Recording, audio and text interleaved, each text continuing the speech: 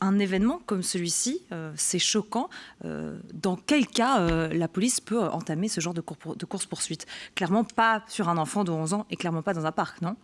Clairement pas sur un enfant de 11 ou 12 ans. C'est un mineur qui a des droits, qui doit être protégé.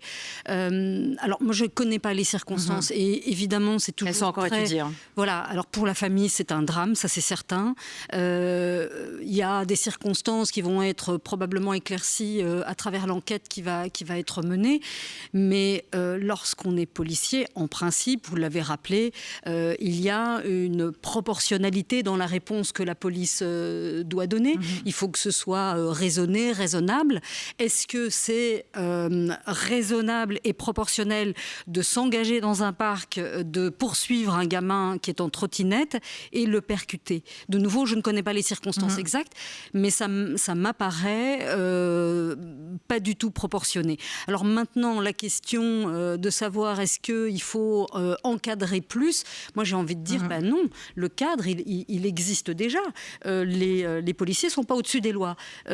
Tuer quelqu'un, même si c'est à la suite d'un accident, mais on se retrouve devant un juge et on doit répondre de ces circonstances. Et si on est déclaré coupable, eh bien on doit dédommager la victime, on doit réparer le dommage. Donc, à mon sens, le cadre légal est suffisant, il est complet. Maintenant, se pose la question de la formation des policiers et des moyens de la police.